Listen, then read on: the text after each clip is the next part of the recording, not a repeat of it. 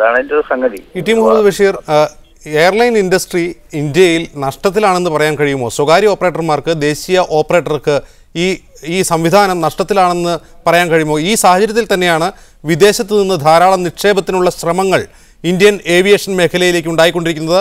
സർക്കാർ അതിനുവേണ്ടി, കഴിഞ്ഞ UPA സർക്കാർ പോലും അതിനുവേണ്ടി ശ്രമിച്ചത്. അല്ല, അതാ പറഞ്ഞൊരു കാര്യമില്ല. കാരണം എന്താ വെച്ചാൽ ഏവിയേഷൻ ഇൻഡസ്ട്രി എന്ന് പറഞ്ഞാൽ അങ്ങനെ ലാഭകരമായിട്ട് ഓട്ടാനൊന്നും കഴിയുന്നില്ല. അത് യാഥാർത്ഥ്യമാണ്.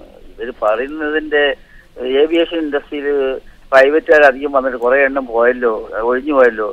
ഇപ്പോ ഈ മറ്റ് രാജ്യങ്ങളിലെ മറ്റ് രാജ്യങ്ങളുടെ ഒക്കെ കാര്യം എടുത്ത് നോക്കുകയാണെങ്കിൽ അവർ വളരെയധികം സബ്സിഡൈസ് ചെയ്യും. ഇപ്പോ ഗൾഫ് സെക്ടറിനൊന്നും എടുത്ത് അവിടുത്തെ വിമാന കമ്പനികളൊന്നും പറഞ്ഞിട്ട് കാര്യമില്ല. കാരണം ഇതിന്റെ ഏറ്റവും വലിയ സംഗതി എന്ന് പറഞ്ഞാൽ ഇതിന്റെ ഇന്ധനത്തിന്റെ സംഗതിയാണ്. ഇന്ധനത്തിന്റെ സംഗതി മറ്റുള്ളവർക്ക് ഇപ്പൊ വിമാന ഇന്ധനത്തിന്റെ കാര്യത്തിൽ അവർക്ക് പ്രശ്നമുള്ള കാര്യമില്ല. അവർക്ക് അതുപോലെ ചീപ്പാണ്. അപ്പൊ നമ്മളെ പോലുള്ള നാട്ടിൽ സ്വാഭാവികമായിട്ടും ഈ ഇൻഡസ്ട്രി ലാഭകരമായിട്ട് കൊണ്ടുപോകാൻ കഴിയില്ല. അതൊരു യാഥാർത്ഥ്യമാണ്. പ്രൈവറ്റുകാർക്കും വലിയ ലാഭമൊന്നുമില്ല. ഇവിടെ പ്രൈവറ്റ് രംഗത്ത് തന്നെ പല കമ്പനികളും പൂട്ടിപ്പോവുകയാണ് ചെയ്തിട്ടുള്ളത്. അപ്പൊ അതൊക്കെ ഒരു സത്യമുള്ള സംഗതിയാണ്. പിന്നെ മറ്റൊരു സംഗതി എന്ന് പറയുമ്പോൾ എയർ ഇന്ത്യന്റെ ഒരു എയർ ഇന്ത്യ അവരുടെ പക്ഷത്തു നിന്നുകൊണ്ട് പറയുന്ന സംഗതി എന്താ വെച്ചാൽ ഞങ്ങൾക്ക് ഇത് ഗവൺമെന്റ് സബ്സിഡൈസ് ചെയ്തിട്ടുണ്ടെങ്കിൽ ഇതുമായിട്ട് മുന്നോട്ട് പോകാൻ ഒക്കില്ല. പിന്നെ പബ്ലിക് സെക്ടർ എന്നുള്ള നിലയിൽ അതിൻ്റെതായിട്ടുള്ള ചില പ്രശ്നങ്ങളുണ്ട്. അതിപ്പോ നമുക്ക് ആ പ്രശ്നങ്ങൾ ഇല്ല എന്ന് പറയാൻ ഒക്കില്ല. അവർക്ക് അങ്ങനെ എന്താ പറയാ വേറിട്ട വഴികളിലൂടെ ഒന്നും വർക്ക് ചെയ്യാൻ ഒക്കില്ല.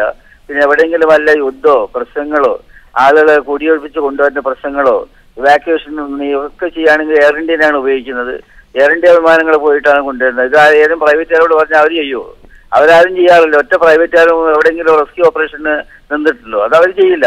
അതൊക്കെ ചെയ്യാനുള്ളത് എയർ ഇന്ത്യയാണ്. അതുപോലെ തന്നെ പല കാര്യത്തിലും ഒരു പബ്ലിക് കാരിയർ എന്നുള്ള നിലയിൽ എയർ ഇന്ത്യക്ക് അങ്ങനെയുള്ള ഉത്തരവാദിത്തങ്ങളുണ്ട്.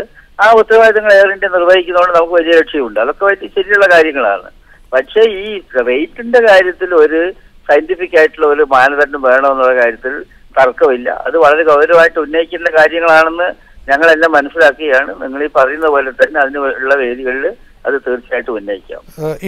അത്തരം കാര്യങ്ങൾ, അയാട്ടയുമായി ബന്ധപ്പെട്ട കാര്യങ്ങൾ അന്താരാഷ്ട്ര തലത്തിൽ തന്നെ തീരുമാനിക്കേണ്ട ഒന്നാണ്. പക്ഷേ സംസ്ഥാനത്ത് പ്രവാസികൾക്ക് ഏറെ ഗുണകരമാകുമായിരുന്ന എയർ കേരള എന്ന സ്വപ്ന പദ്ധതി കഴിഞ്ഞ വിഷുവിന് 2013 വിഷുവിന് യാഥാർത്ഥ്യമാകുമെന്ന് മുഖ്യമന്ത്രി പറഞ്ഞിരുന്നു. 2014 വിഷുവും കഴിഞ്ഞു, ഇപ്പോൾ ഓണമായി. എന്താണ് എയർ കേരളയുടെ ഇപ്പോഴത്തെ സ്ഥിതി? എയർ കേരളന്റെ കാര്യം ഞാൻ കഴിഞ്ഞ പ്രാവശ്യം ഉന്നയിച്ചു. എയർ കേരളയുടെ പ്രോബ്ലം എന്താണെന്ന് വെച്ചാൽ എയർ കേരള ഇവർ പറയുന്നതെന്ന് പറഞ്ഞാൽ ഈ 3 കൊല്ലത്തെ ഇത് വേണം, എക്സ്പീരിയൻസ് കിട്ടിയിട്ട് ഇന്റർനാഷണൽ റൂട്ടിൽ സമ്മതം കൊടുക്കുള്ളൂ. ഇന്റർനാഷണൽ റൂട്ടിൽ സമ്മതം കിട്ടിയിട്ടില്ലെങ്കിൽ വിമാനം മുതലാവില്ല. ഡൊമസ്റ്റിക് ഫ്ലൈറ്റ് മാത്രമായിട്ട് ഓട്ടിയാൽ അത് മുതലാവില്ല.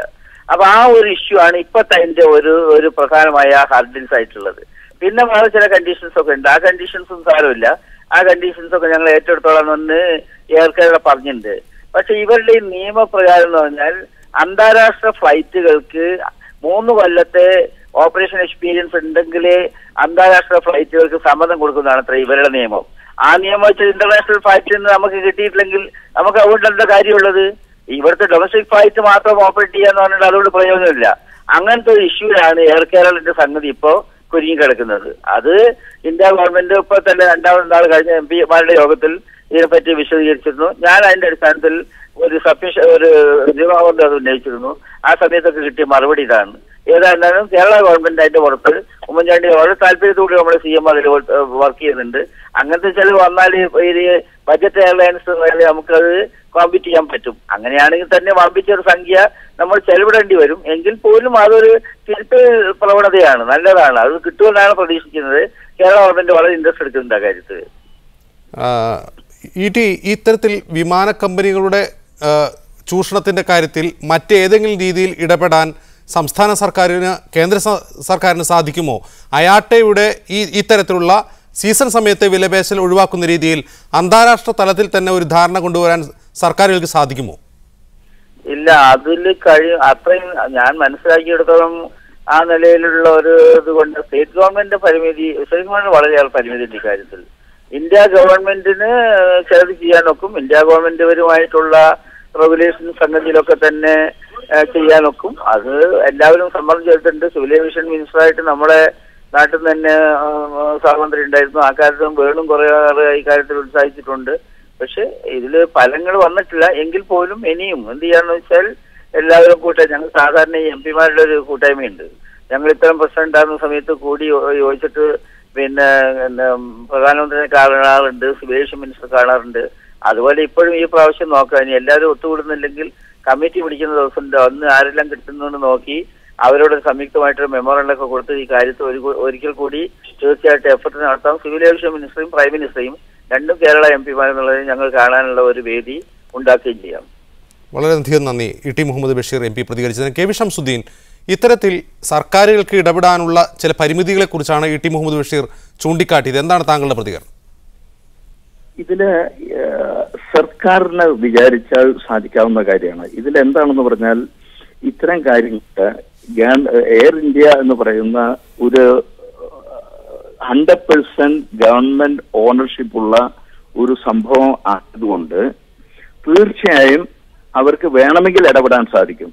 അതേ സമയത്ത് ബഡ്ജറ്റ് എയർലൈനുകളെല്ലാം നഷ്ടത്തിലാണെന്ന് പറഞ്ഞാൽ ഞാൻ വിശ്വസിക്കില്ല. എയർ അറേബ്യ ഏകദേശം ഇതേ സമയത്ത് തന്നെ ഓപ്പൺ ചെയ്തതാണ് പുതുതായിട്ട്. ഫസ്റ്റ് ഇയർ മുതൽ തന്നെ ലാഭവിഹിതം കൊടുത്തുകൊണ്ടിരിക്കുന്ന ഒരു പബ്ലിക് ലിമിറ്റഡ് കമ്പനിയാണത്. ഓരോ ദിവസം ചെല്ലുന്തോറും പുതിയ സെക്ടറുകൾ കണ്ടെത്തുന്നു, പുതിയതായിട്ട് എയർക്രാഫ്റ്റ് വാങ്ങുന്നു, അവർ ബിസിനസ് ചെയ്യുന്നു, വിജയിച്ചുകൊണ്ടിരിക്കുന്നു. അത് നമ്മൾ മനസ്സിലാക്കണം. അതേസമയം ഇന്ത്യയെ സംബന്ധിച്ച് പറഞ്ഞാൽ ഇപ്പൊ ജെറ്റ് എയർവേസ് ഇന്ന് ഇന്റർനാഷണൽ മാർക്കറ്റിൽ അവർ ഓടുന്നു. പക്ഷെ അവരെയും പ്രേരിപ്പിക്കുന്നത് നമ്മളുടെ ദേശീയ എയർലൈൻ ഒരു റേറ്റ് ഫിക്സ് ചെയ്താൽ കാത്തിരിക്കുകയാണ് അവര്.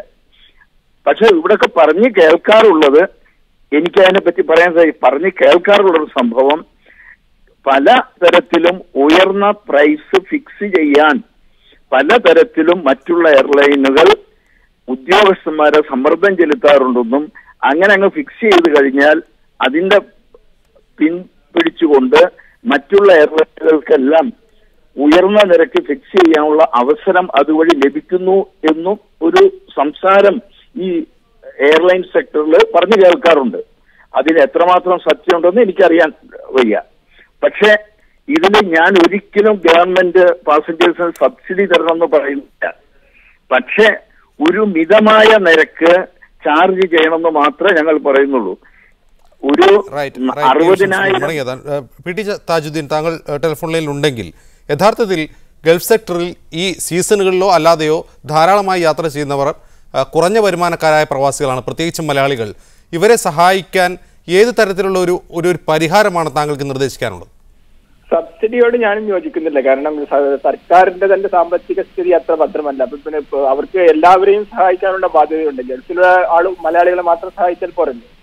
പക്ഷെ അതിനെപ്പറ്റി മറ്റു മാർഗങ്ങൾ അന്വേഷിക്കണം. ഇതുപോലെ മിസ്മാനേജ്മെന്റ് ഒരു ഫാക്ടറാണ്. എയർ ഇന്ത്യ ആണെങ്കിലും എയർ ഇന്ത്യ എക്സ്പ്രസ് ആണെങ്കിലും മിസ്മാനേജ്മെന്റ്, അവരുടെ കോസ്റ്റ് കൂടുതലാണ്. അതെല്ലാം കൺട്രോൾ ചെയ്തുകൊണ്ട് ഇപ്പൊ എയർ അറേബ്യ ഇദ്ദേഹം പറഞ്ഞതുപോലെ വളരെ സക്സസ്ഫുൾ ആയിട്ട് പ്രോഫിറ്റബിൾ ആയിട്ട് റൺ ചെയ്യുന്ന ഒരു കമ്പനിയാണ്. പക്ഷെ അവരുടെയും പ്രോഫിറ്റ് എന്ന് പറയുന്നത് ക്യാപിറ്റലിന്റെ 10%-ലും താഴെയാണ്. അതും മനസ്സിലാക്കണം. പക്ഷെ എയർ ഇന്ത്യക്കും എയർ ഇന്ത്യ എക്സ്പ്രസിനും ആ രീതിയിൽ ഒരു മിനിമം പ്രോഫിറ്റിലൊക്കെ റൺ ചെയ്യാൻ പറ്റും. ആ രീതിയിൽ അതിനെ മാറ്റിയടിക്കണം. മാനേജ്മെന്റ് വിദഗ്ധരെ കൊണ്ടുവന്ന് അത് റീവാമ്പ് ചെയ്ത് ഓപ്പറേഷണൽ പ്രോഫിറ്റ് ഉണ്ടാക്കുന്ന രീതിയിലാക്കണം. അങ്ങനെയാണെങ്കിൽ അവർക്ക് ചുരുങ്ങിയ നിരക്ക് സീസണിലെല്ലാം കൊടുക്കാൻ പറ്റും. വളരെയധികം നന്ദി. PT താജുദ്ദീൻ, മാനേജ്മെന്റ് വിദഗ്ധൻ. KV ഷംസുദ്ദീൻ, പ്രവാസി ബന്ധു trust chairman. ET Muhammad Basheer MP ചർച്ചയിൽ പങ്കെടുത്തതിന് പ്രതികരിച്ചത്. ന്യൂസ് ആൻഡ് മിഡിൽ ഈസ്റ്റ് സമാപിക്കുന്നു. ശുഭരാത്രി.